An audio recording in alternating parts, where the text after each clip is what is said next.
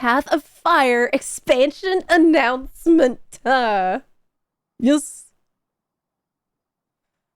Let's go.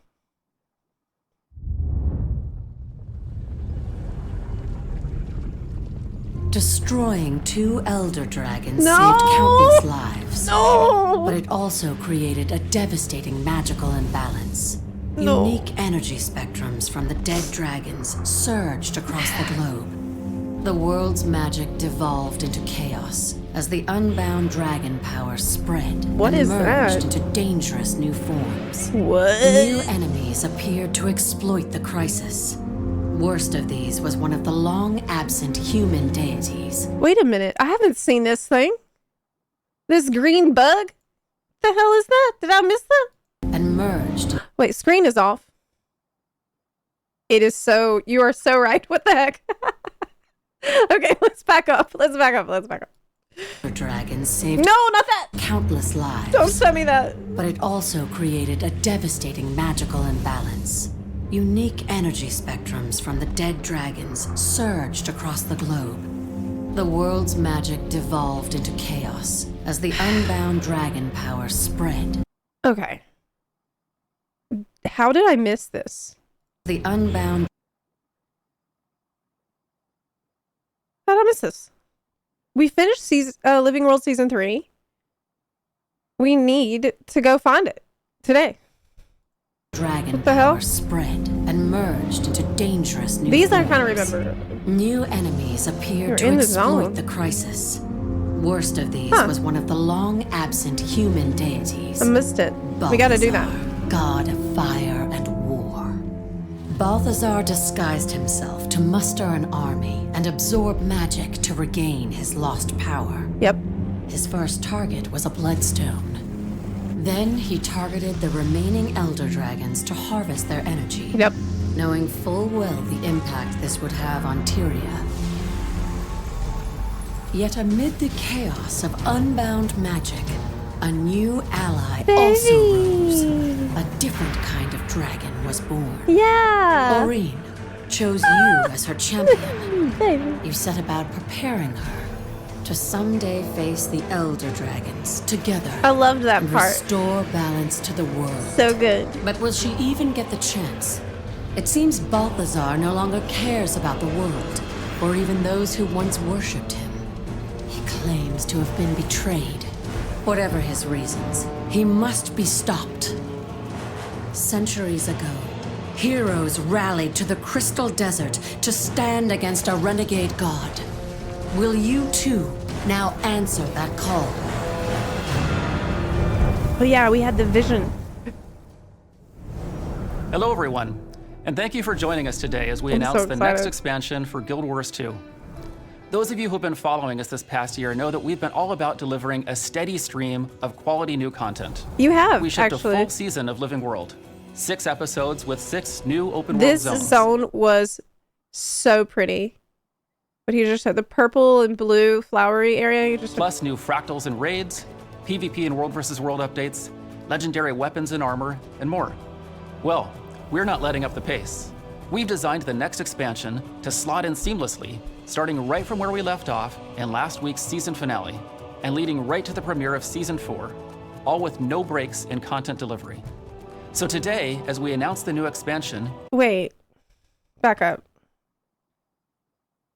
Season to slot 4. in seamlessly, starting right from where we left off in last week's season finale, and leading right to the premiere of Season 4, I thought I just finished Season 3. Do I have to do Season 4? Before Path of Fire? What? I thought Season 4 was after Path of Fire. Now I'm confused. Thank you, Optimus Prime. Okay. Okay. It's after. all with no breaks in content delivery. So today, as Oh, he's saying Path of Fire into Season 4. Oh, thank you. Okay. I didn't understand what as we announce the new expansion, Okay, keep in thank mind you. that this also kicks off another season of Just wanna make live sure content. I don't miss Another anything. cool thing about Guild Wars 2 expansions is that they're easy to get into. They don't invalidate existing rewards. They don't invalidate existing content. True. New players can join the game and enjoy the same content as everyone else. That's a big deal. So last time we announced an expansion, we talked about all the things we were doing to make that vision a reality. You know, that's actually a really good point. The fact that you can actually pick any expansion to play as a new player at any point that you desire at the same time as everyone else or not, it's up to you. You're not behind people. You know, it's a totally different philosophy than what I'm used to in MMOs. It gives you a lot of freedom as a new player. So you don't ever feel like, oh God, that I have this mountain of content I have to do before I can get to what I want to do. You don't ever have to really be in that situation.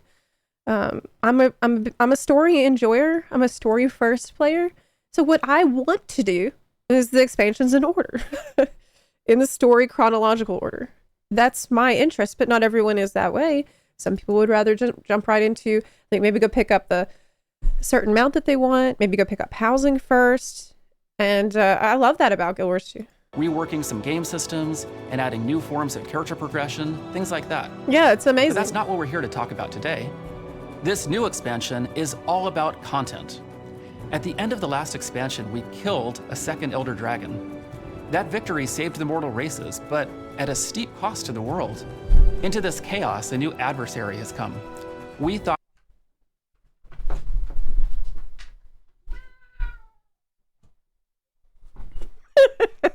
sorry. A new adversary has arrived to attack the camera. Okay, I handled it. thought that the human gods had left Tyria, but one of them is walking among us. Balthazar, the god of fire and war. He's building his forces, and he seems hell-bent on killing elder dragons. If the gods really abandoned Tyria, why has one of them returned? Why is one of them returned? And where's the rest of them? And why is he saying he's been betrayed? What does he know about the other ones? Where are they? Why aren't they listening? What's going on? Why did he disguise himself and absorb the Why power did of a he do that? bloodstone? Why did he do that? What's his plan? What's his game plan? Today we'll reveal where we're going next with the story of Tyria. I don't know. We'll travel to a long-lost land, and we'll introduce some fun new ways to play the game. Let's take a sneak peek. Yes. Yes. Commander, there's something I have to tell you. Ritlock, my favorite I character. went into the mists after my sword, but I found something else. What?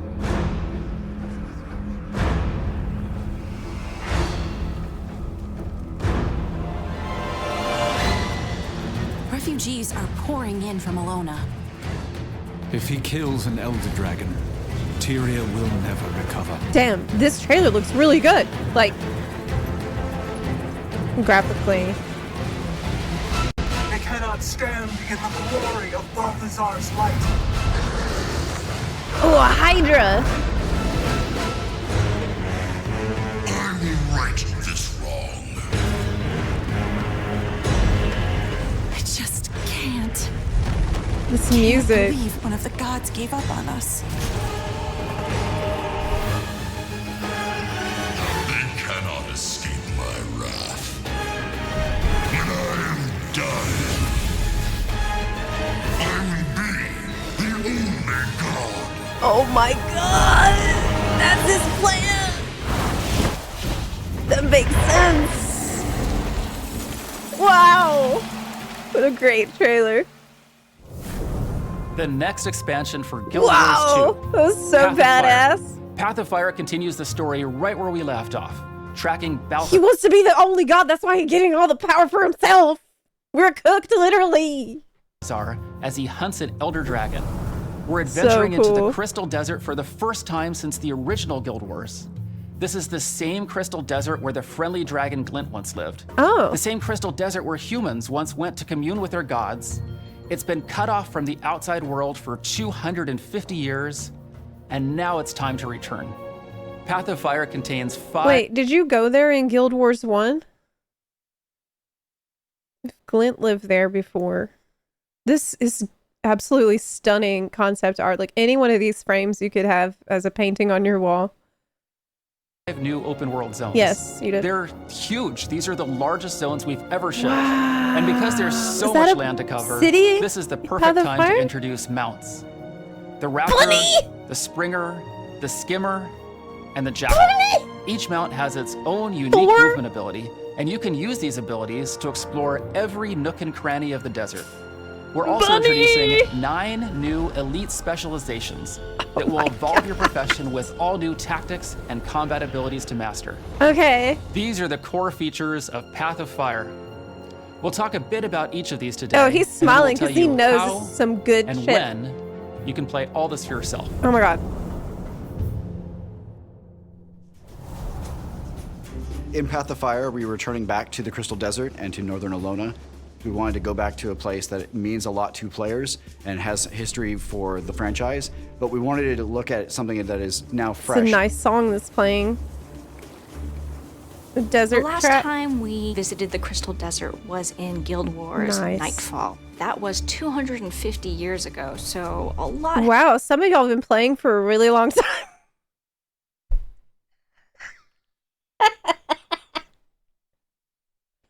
Wow, I didn't realize y'all been playing for so long. No wonder you know so much.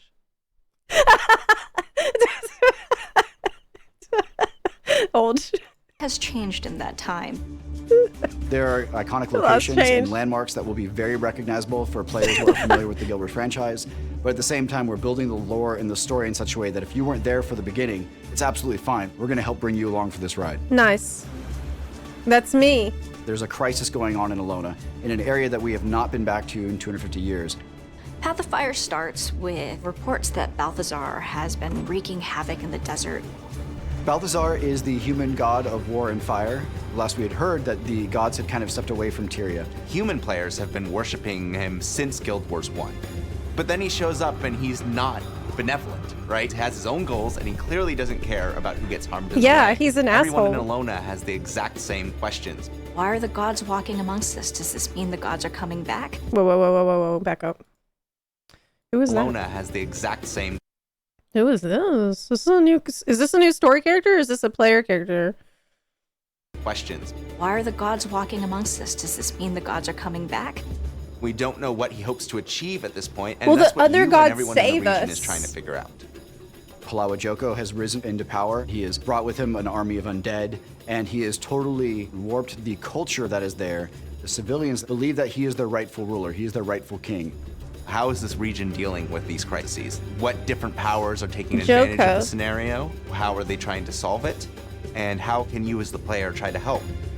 It's already This little this guy. volatile What's mix going on? of different forces in the region. Sabatenders. One of the first factions you're going to encounter are the Forged, Balthazar's army. Living armor created only to serve Balthazar. They're ruthless and they're just dedicated to achieving his goals. Another faction that you're going to be seeing is the This song is Awakened, so good. the army of the ruler of Wow, the that looks so cool. Oh my god. It looks like something from a horror game. Lawajoku. Undead forces, they still have Dripping some with gore. remnants of memories. They're sentient, but Wow. they will do anything for their master. You've also got Kralkatork and the Branded. Mindless elemental stripped of their original self by Kralkatork's power. And of course, the player is being asked to, come do the hero thing. So the player needs to form a new coalition here in the desert. Path of Fire has a great combination of old friends and new, who all have very different perspectives on Balthazar. You've got your warriors like Ritlock, and Yes. you've got Casimir, and these Love people all get Casimir. together to help the commander, the player. Path of Fire is going to bring 5 whole new maps to the game. It's so 5 beautiful. maps that are bigger than any map we've done before. No way. You'll see things that have shifted the landscape and see things in a very unique way. So Wow. when people talk Wow. about deserts, they think sand, flat stretches. Right. But that's not actually true, right? Not It's for you guys. Just, one massive know desert better. that we're exploring. It's all these different biomes. You could not make the map flat to save your life. Okay. I know that. But what do you mean? Maps are going to be bigger than before? Oh, we're underwater. Because this is going to be the skimmer time, right? So we'll be underwater too. coming together. The maps go tall, the maps go wide. They sure maps do. go under and around Oh my in God. places. We've really decided to bring exploration and discovery back to Back?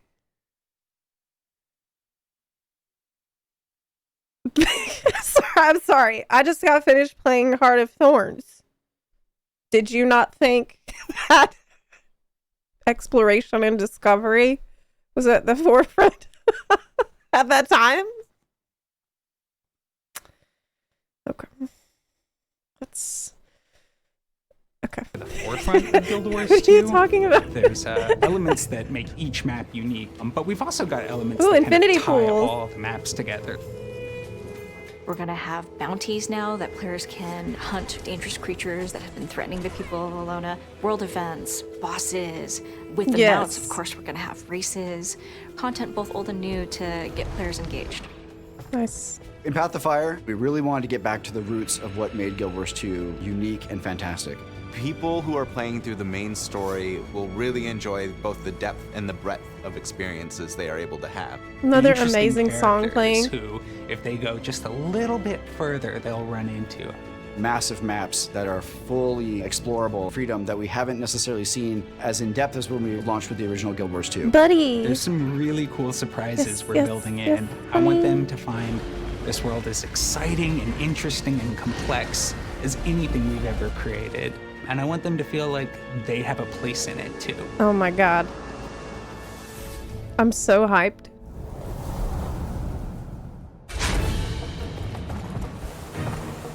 In Path of Fire, we wanted to build The upon the hype mastery system is that we real. started with Heart of Thorns. So we're introducing mounts for the first time into Is that Guild a Wars 2. sand wolf? Historically in games, mounts are about traveling fast. To us, mounts are so much more. A phrase we use a lot in the office is the joy of movement. It should feel exciting to move across the Elonan desert in a variety of ways. Each mount has its own movement ability, its own places that it can get to and no other mount can. It really just kind of strengthens that feeling of exploration that we go for in our maps. Mounts are designed to be these companions that you have that are helping you traverse the world, but in addition to that, they're part of our mastery system. So it's additional horizontal progression. The idea here is that the mounts themselves are your ally. They're not just a creature that you're riding, they're a companion that's taking you on this journey that allows you to get across puzzles in ways that we hadn't thought possible before now. Amazing. First mount that players Amazing. get access to. Imagine mounts that are not just for moving faster, but are gameplay. This was 8 years ago. Okay. Like, I just I feel like they're so ahead of the curve on this, and I'm surprised that there hasn't been more games copying this philosophy, because it's clearly better. It's straight up better. Is the Raptor, which has this enormous leap. It can jump across canyons and over roofs. This can be used I do to love reach the Raptor. areas that might be off limits normally to a player. So I've been cheating a little bit because I had the Raptor from the beginning. A bunch of y'all didn't even have the Raptor in Heart of Thorns. God. You only had a glider, I think. Mounts are not really intended to be a combat tool, they're more of a movement tool, but all of the mounts have a single skill that they can use to engage you into combat. The Raptor's engage skill is this tail spin. It can like pull enemies together, so it's really good for starting off big fights. The next mount most players will encounter is the Springer. Yes! It's kind of like a mutant bunny or a slightly cuddlier jackalope. So good. It has this leap that takes it up really high That's in the air. our It's a mount. charged up jump, and the longer that you charge out, the higher up you'll go. Is And it can also be used to get access to some really fantastic stuff. The Skimmer this is a the mount really I interesting need the mount. most. It's this manta-like creature with undulating wings and a strange mystical vibe. He always hovers some distance over the ground. That means he also hovers over things like water, or other things that normally would stop your motion. If you're interested in getting to the most forbidding areas, it's going to be really awesome to have the Skimmer. The Jackal is a beast all unto itself. It's created with magical energies, it's living dust. Oh. Its primary movement tool is to blink forward a very short distance, so you can use it to cross It's short gaps. magical. Unlike the Raptor, he's able to change direction in midair, so you can solve certain puzzles that need precise directional movement. I think there'll be some really interesting things for players to do. What? Each mount is a tool.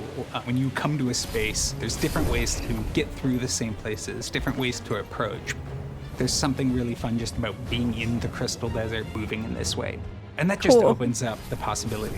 Building places that aren't like anything players have seen in Guild Wars before. That's the thing that makes this concept so perfect for having an open world that feels immersive and engaging to be in.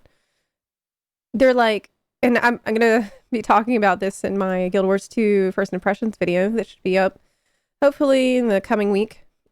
But I've noticed that the open world being great and the mounts being immersive, like these are two halves of the same coin and they play off of each other. They build the maps thinking about what mounts you'll have, like what kind of traversal options you'll have that's baked into the design of the map. And I've never seen any game do this before.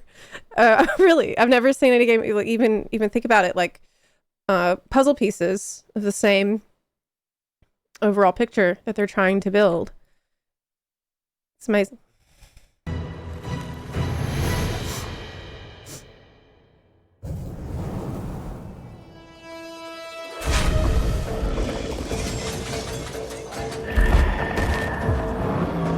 Pacifier, we're offering 9 new elite specializations, 1 for each of the classes. And the idea behind the specialization, it's another way to customize your playstyle. In a lot of ways, that gets back to what Guild Wars has been about from the beginning. Character progression doesn't just mean getting better, getting more powerful.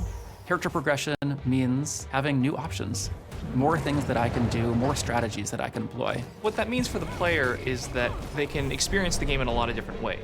Path of Fire will present you with the options to play the profession that you've known and loved in a new fashion, and in doing so, shake the world up a bit. What does the Mesmer get?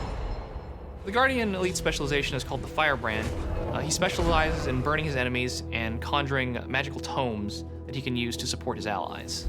They're the book nerd gone mad. They have access to all these secret histories and these tomes that give them access to new skills really quickly. It's going to be giving up instant support for allies in favor of casted support. The benefits of Guardians taking the Firebrand are that you're going to have a lot more focused support available to you. The weapon that they're wielding is the axe, a very offensive, up close and personal means of eradicating the enemy. You've been entrusted with these secrets, and you have to protect them with your life. Then why are you throwing the books at people? Okay. What are you talking about? Why are you fighting with the books if you're supposed to protect the books? I don't understand. One of the most interesting changes is the Necromancer, who gets the Scourge specialization. Scourge! They're rejecting Palawa Joko and finding this kind of alternate approach to necromancy in the desert. So they're there to help protect the souls that Joko's trying to take control over. What the Necromancer is going to do is he's going to give up his Death Shroud, and instead he's going to place his life force onto the Earth and protect allies from those locations. He gets a lot more battlefield control and... Wait up. I haven't been playing Necromancer. Are you telling me Necromancer has a Death Shroud? Like, a shroud ability where you go into like a shadow form from it? Oh, kind of like, do you get a scythe as part of that to swing around also? Okay. Reaper does. So you get, as a Reaper, you would get a scythe, and you would get also like a shadow form where you get 5 new abilities. Yeah, you get extra abilities. Okay. Okay. Reaper Spec gets the scythe. I see. Yeah, that sounds kind of familiar to something else that I've heard of. Movement options that the regular Necromancer would not have. But here you lose that. Gets the torch as an offhand weapon for mobility, protecting their allies with it and lighting the way to, well, damnation for their enemies. Man, did that camel deserve damnation? The specialization for the thief is the Deadeye. They run with the rifle. The rifle gives them a lot more range. Is it a sniper? It lets them tackle certain problems from a distance that normally they'd have to face up front. They form a contract to take out a particular individual, and then they execute that. Oh, that's cool. And I would be terrified, that there's someone out there stalking me, waiting for me to make a mistake so they can take me down. They're mercenaries, they're assassins, they're trained hunters.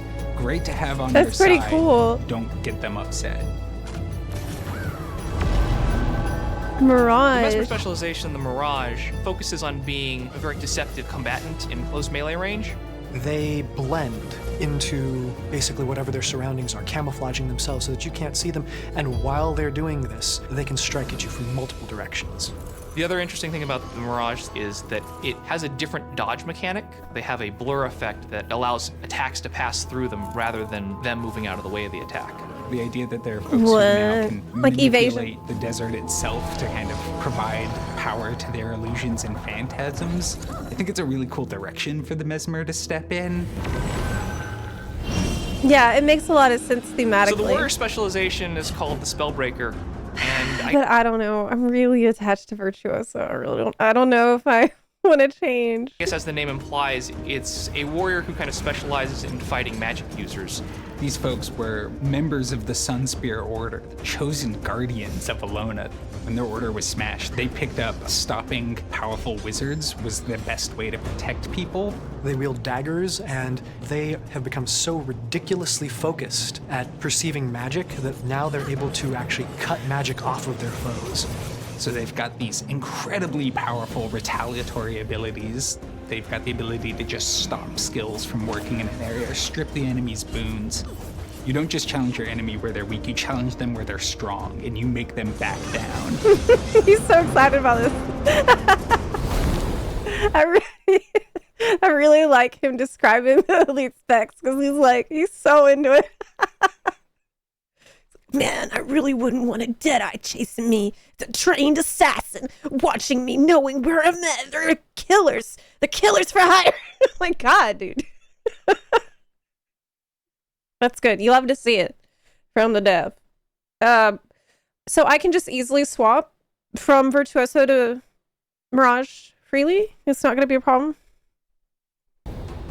The Weaver is an elementalist who has decided that they are going to specialize in the desert in wielding multiple attunements at once.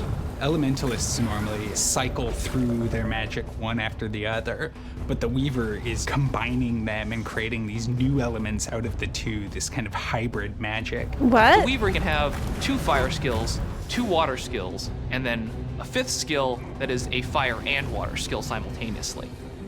The weapon that they're going to be wielding is one that elementalists have long requested, the sword. So they will be picking up the access to imbue their blades with sabers of lightning, earthen hilts. Ooh. Playing the Weaver has this really I really like rhythm that. to it that is really cool. You can really surprise your opponents, catch people off guard, and keep a sense of flexibility. Your enemy doesn't know what you're about to do, and I think there's something really cool there. That is really cool. The Soul Beast is our ranger specialization that allows rangers to combine their spirits with their pet. They become their bear. They become their devourer. What? They take on the essence of these animals and tear through opponents. Like a They also druid, gain but access to not... the dagger as a main hand weapon. Now they can kind of slice and dice with both components, crossing into close range, as well as crippling from a distance. It works really well with some of the new pets that we're adding for rangers in Elona. Like what? Oh, you're not going to tell me? The Renegade is the elite specialization for the Revenant. This is a new legend for this channel, and the legend is of Kala's Scorchrazor, this renegade char. And she kind of bestows on the player her rebellious spirit that she used to overthrow the Flame Legion. And what this kind of manifests as is the ability to ambush opponents. You can summon members of her char warband to bolster your allies, or you can fire arrows into a portal into the mist that come out of a different portal behind the enemy. Oh, that's What's awesome. Really That's actually about really the cool. Renegade is the idea that standing up to powerful, intimidating Wow. foes because you know what's right and you know you'll win in the end. This is what I'm talking about with this guy. That's exactly what I'm saying. He's role-playing as he's talking about this. The Hollowsmith is the Engineer's elite specialization. They take a very clean look at energy, light in particular, and find ways let to him bend cook. it to enhance their strikes He can have this kind of interesting multi-weapon playstyle. You can do an attack where you pull out a holographic hammer and you hit him with the hammer, and then you can pull out some holographic guns and you shoot them with the guns. In the process, they build up heat within themselves. If they stay too long in this kind of heated mode, they will eventually explode. The idea of bending light to be your weapon, I think, is really cool. It's cool, but it's not my Elite vibe. specializations are a really fun way for us to explore different ways to play the same character. They push the bounds of what they've done before. You get to choose how your character that exists giant in is the world, huge. what they do, how they do it, and these elite specializations allow you another step in customizing the character to meet that end. I would try Mirage. Yeah, I would try it. And that is Path of Fire. It's a rich experience that will take you to the sands of the Awesome. Crystal Desert, pit you against new foes, and change the way you fight and explore the world. Yes. An epic story. 5 immense new open world zones. Mounts that allow you to move through Tyria in all new ways. And 9 new elite specializations. Plus, a brand new guild hall to unlock and call home. Ooh. You can buy Path of Fire as a standalone expansion. You don't Can your guild have more than one guild hall at a time? Or do you have to move? to already own the base game or Heart of Thorns. And we're also offering a bundle deal with both expansions. Everything you need to know is at guildwars2.com. The final question is always, when can I play? Well, I have some good news. We'll be running a preview experience event next weekend. It's open to everyone, even if you're not already a Guild Wars 2 player. Just create a free account today to get Don't ready for remember it. 2017. And after the preview event, It's 2017 right now, as far as I'm concerned. Let's go back to 2017, guys. That's what we're doing here. you don't have long to wait. No. The gates to the Crystal Desert open in less than Hell 2 yeah. months. Nice. Path of nice. Fire launches September 22nd. Wow. We truly couldn't be more excited to share with you what I we've am been excited. creating with Path of Fire. As always, it's you, the fans, who make Okay. all Yeah. this possible. Thanks again for your support and for Was it being an integral Stormblood? part of Guild Wars 2. Why We'll see you didn't I in the try Crystal Desert. Guild Wars 2 during that time? Why? What was my problem? What was my problem, literally? I don't know. I have no idea. There's no reason. I just wouldn't try it.